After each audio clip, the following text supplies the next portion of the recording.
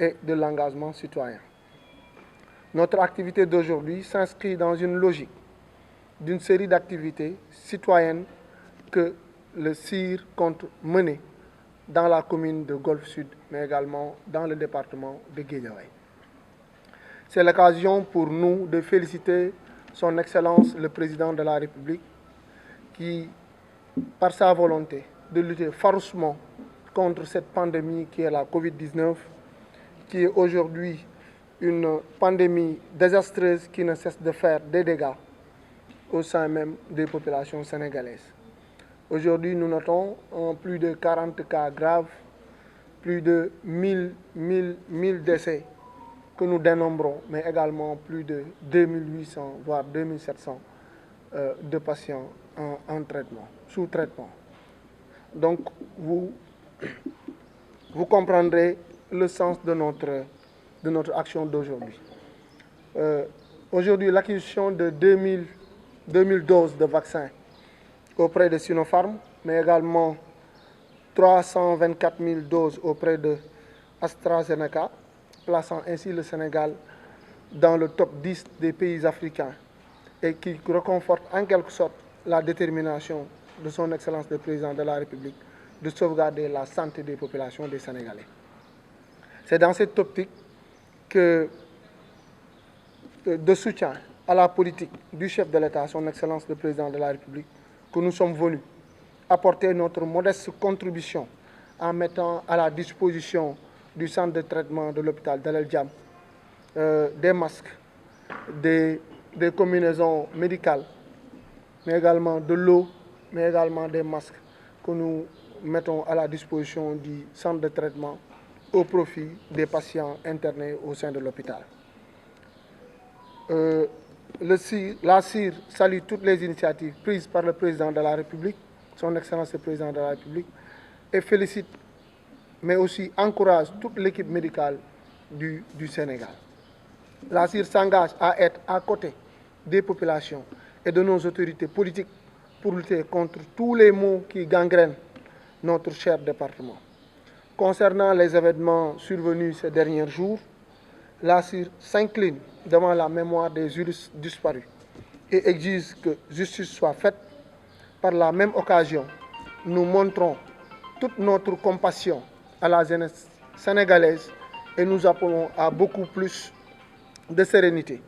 mais aussi de responsabilité pour la sauvegarde de nos institutions et le respect de notre dignité humaine. Enfin, la CIR remercie Son Excellence le Président de la République, mais aussi le coordinateur départemental de l'APR, mais également de Benno Bokk Yakaar, le maire Aliou Sall, mais aussi Madame le ministre Néné Fatoumata Tall, ministre de la Jeunesse, mais aussi le directeur général de la LONASE, notre grand frère Lat Diop, ces responsables qui n'ont ménagé aucun effort pour nous accompagner psychologiquement, socialement, physiquement, mais également à travers leurs idées et également leurs moyens pour que cette journée soit ce qu'elle est aujourd'hui. Nous les remercions vite di remercier bépp koo xamante ni yaa ngi ànd ak di dimbali. Des mots à procéder à un important don au profit du centre de traitement des épidémies de l'hôpital Dalal Jamm. Je pense que cette convergence, elle est locale au niveau de Guédiawaye. Et quoi donc de plus naturel que d'appuyer le plus grand centre qui se trouve dans la zone, pour ne pas dire dans le pays. Donc l'initiative que vous avez prise aujourd'hui d'appuyer le centre de traitement de l'hôpital Dalal Jamm est une initiative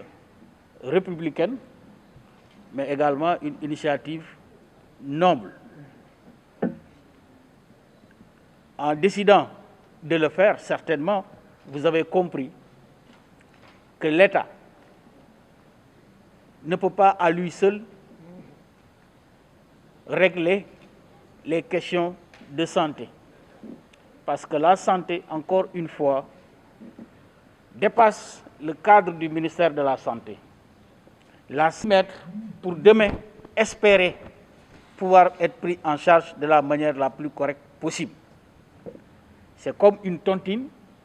où chacun met quelque chose, mais en souhaitant ne pas en bénéficier.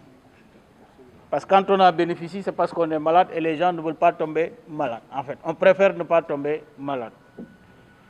Donc, ce que vous venez de faire va profiter à des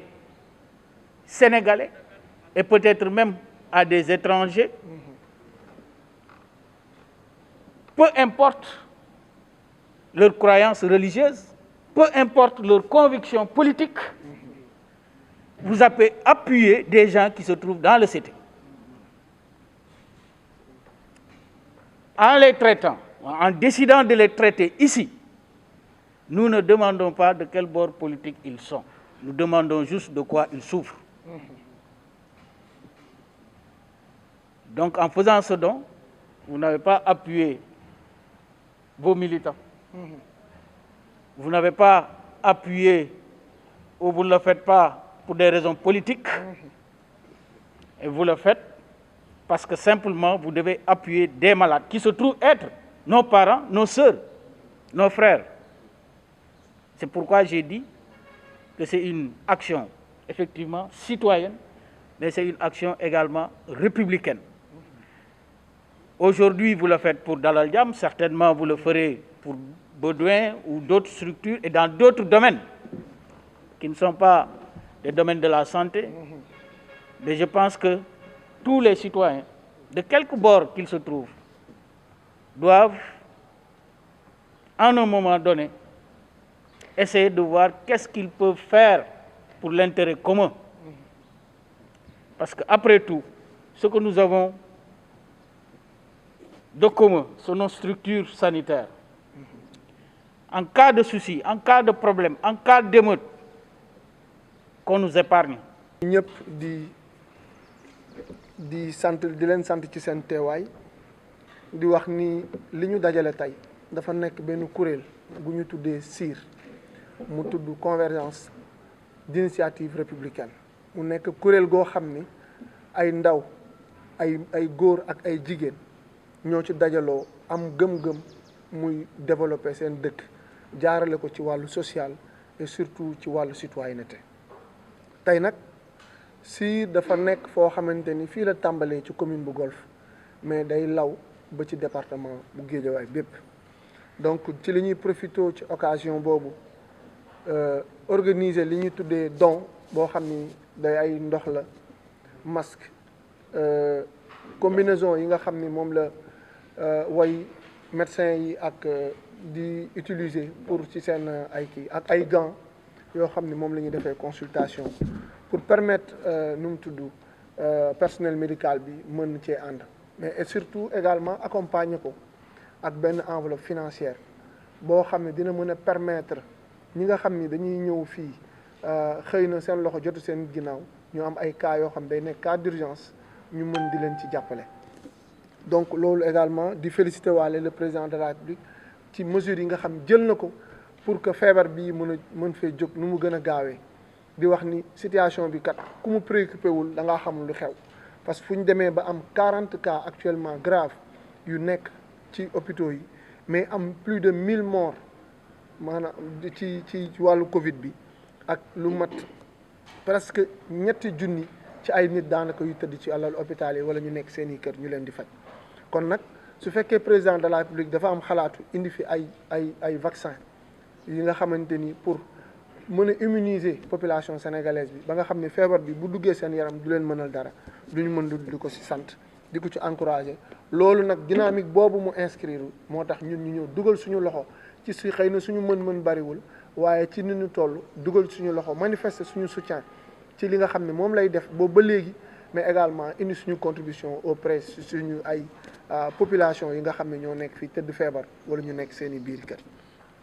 donc di remercier bu baax le directeur de l'hôpital Dalal Jamm monsieur Daf ci ouverture ak surtout approche inclusive bi nga xam ne depuis bi mu fi nekkee acteurs yëpp da leen di associer ci lépp lu nga xam ne mu ngi koy def. ñu ngi remercier également di féliciter le personnel médical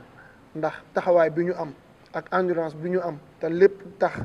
dara taxu ko lu dul dimbali askan wi pour feebar bi mën fee jóg mais surtout ñuy di jàll suñu mbokk population yi nga xam ni dañoo am ay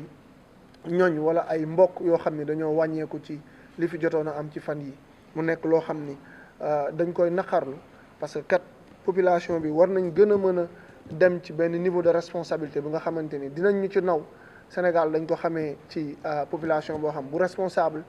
bu am sens de patriotisme mais également sens de citoyenneté kon ñu ngi ciy woo suñu moroomu ndaw ñi ak surtout les populations ku nekk am rôle boo xam ne war na ko ci mën a jouer ci këram wala ci dëkkuwaayam wala environnement bi mu dëkk wala ci secteur bi nga xam moom lay intervenir pour que mu ñu apaiser le climat social képp koo xam ne am nga sa droit nga mën koo dox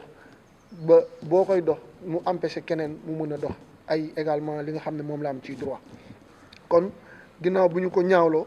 ñi ngi wane suñu compassion ci population ak surtout à la jeunesse sénégalaise aujourd'hui boo xamante ni dafa nekk ci benn situation di leen wax ni ñun on est prêt à les accompagner ci li nga xam ne ci suñu wàllu xalaat suñu wàllu taxawaay ak suñu wàllu mën-mën ba moo xam orientation la moo xam taxawaay la moo xam accompagnement la ba ñu mën a ñoom également réussir lépp loo xam ne entreprendre nañ ko dañuy profité waale également di wax ni lii bu ñu ko defee cadre bi dafa nekk cadre boo xam ne dafa judd ci biir parti bi ñuy woowee l'Alliance pour la République nekk ci biir li ñuy woowee la coalition Benno Bokk Yaakaar looloo tax lépp luñ ciy def taxawal ko ñi nga xam ni ñoom ñoo ñu fi taxawal nekk suñuy kilifa dans le département ku ci mel ni le coordonnateur le maire Aliou Sall mais également madame le ministre de la jeunesse mais aussi suñu responsable muy Lat Diop. Interné au niveau du centre de traitement des épidémies et à mon nom personnel, je vous adresse mes vifs remerciements et nous espérons que la collaboration également va continuer parce que les actions citoyennes, il y en aura encore. Nous voulons rendre l'hôpital en permanence très propre. Et pour ça, c'est vrai, nous avons des entreprises pour ça, mais de temps en temps, nous aurons besoin également de bras pour nous aider à faire le grand nettoyage. Malheureusement, les cleaning days ont été plombés par la pandémie, mais c'était déjà prévu ici. Mais pour nous, tous les jours, on fait du cleaning day. Donc ça, je vous le dis, parce qu'il y a certainement d'autres initiatives et nous avons même déjà été appuyés dans ce sens par la ville de Guédiawaye. Le responsable est là, Mayacine. Jotaay bi nga xam ne tey li ko waral mooy convergence initiative citoyenne moo ñëw convergence initiative républicaine moo ñëw fii ci hôpital bi baaxee ñu ay dons ay masques ay ndox ay EPI ay gants loolu nag ñoom suñ ko defee jàpp naa ne politique taxul jàpp naa ne également ngistal taxul jàpp nañ ne ñii fi tëdd ak ñi nar a jëfandikoo lii ñun xamuñu ci parti bu ñu bokk xamuñu ci ban confession la ñu bokk donc biñ ko defee dañ ko def ngir maladie mais dañ ko def ngir parce que ay sénégalais ñoo fi tëdd dañ ko def surtout parce que seeni mbokk seeni mag seeni frère ak seeni sœur ñoom ñoo fi tëdd donc képp koo xam ne yaakaar nga ni mën nga jàppale hôpital bi ci mu jàppale maladie ak foo mënti jóge ak loo mënti gëm dafay jaadu ñu dalal la fii nga wax loo ñu mën a jàppale wala indil ñu jot li ñuy jàppale ñu mën ci jàppale malade yi ndax kat hôpital mooy bërëb boo xam ne boo fi ñëwee kenn du la laaj parti boo bokk wala kenn du la laaj loo gëm liñ lay laaj mooy lan moo la jot pour ñu mën la faj donc lii ngeen def nii acte bu noble la acte bu républicain la te tamit kuréel yëpp dañ ko war di def kuréel yëpp parce que daanaka mën nañu wax ni natt la bu kenn ñaanul yàlla teggi loo ci def rek ëllëg ak si biir day dellu si ci yow bu dellu siwul ci yow it sa mbokk lay dellu si donc natt la bu kenn ñaanul yàlla teggi parce que kenn ñaanul yàlla feebar mais comme dund ak feebar nag ñoo ànd da ngay waajal bërëbu fajukaay yi balaa ngay feebar donc ci loolu moom ñu ngi wax encore une fois parce que vraiment li fi xewoon gis nañ ko mais ñu ngi ñaan askan wi daal ñaanuñu yàlla sax yu mel ni amati mais li jëm ci bërëbu fajukaay li jëm ci ambulance li jëm ci personnel médical bi ñu ngi li ñuy ñaan ñu épargner leen parce que bu xeex amee fii ci buntu hôpital bi ba kenn gaañu si ñun duñu xool ban boor la for dañuy dem yëkkati indi faj te am na fi donc vraiment di ñaax ñëpp ñu ànd ak dal jàppale fajkat yi mbas mi nga xam ne mu ngi gàllankoor suñu koom-koom di gàllankoor suñu yaram di yóbbu suñuy mbokk ñu fexe mu génn fi loolu mooy xeex bi nga xam ne tey jii moom la war bu ñu paree ci loolu nag ku nekk dellu ca la nga ne ku nekk gëm li nga gëm xeex boobu beneen ci beneen wàll donc ñu ngi remercier encore une fois Convergence bi di leen wax ne hôpital bi moom liñ ci jot ci ndigal mooy fexe ba jege population bi fexe ubbi suñuy bunt di leen déglu donte 4 murs moo ñu wër nañu jàpp ne que c'est un hôpital ouvert parce que ouverture bi ci jëfin bi la ci xalaat bi la ak ci nekkin bi donc képp koo xam ne pare nga pour ñëw ànd ak ñun jàpp ci liggéey bi pour gën a ñoŋal liggéey pour que ëllëg ak si biir képp ku feebar ñu mën laa jël en charge ñun moom pare nañu pour liggéey ak yow donc vraiment xam naa ne bi première action la yeneen action dina ci topp ndax léegi yéen a ngi may souffler que même bu dee ay désherbage nettoiement et tout ça defe naa loolu la ñuy soxla te incha allahu rabbi nañu xam ne loolu yëpp bu ngeen ko defalee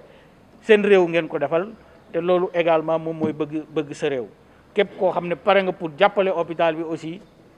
ñu ngi ubbi suñu bunt di la déglu donc vraiment jërë ngeen jëf yéen waa initiative bi di leen ñaanal également wër ak gudd fan ak li ngeen fi indi également yàlla fulal leen ko remplacer ko fi mu jógee di ñaan yàlla malade yi nga xam ne ñu ngi fii tëdd yàlla yëkkati leen ci nu mu gën a gaawee te di ñaaxaat nit ñi encore nañu dem vacciner wu ci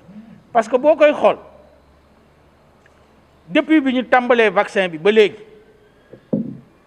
mën na am nag coïncidence la mais taux de positivité bi mu ngi wàññeeku tey ñu ngi ci 6 et quelques avant vaccin bi ñu ngi woon ci 18 et quelques moo lay wan ni que aw defuma nag ay études scientifiques yu poussé pour wax ne mais nag tombé moo waral ay gaaf donc mën nañu jàpp ne résultat boobu mën nañu dem ba am 0% de taux de positivité ci kaw ñi war a dem ñàkku ji ñàkku yi baax na dara nekku ci personnel de santé bi mu ngi koy ñàkku ay autorités ñu ngi koy ñàkku ay kilifa ñu ngi koy ñàkku donc wax dëgg yàlla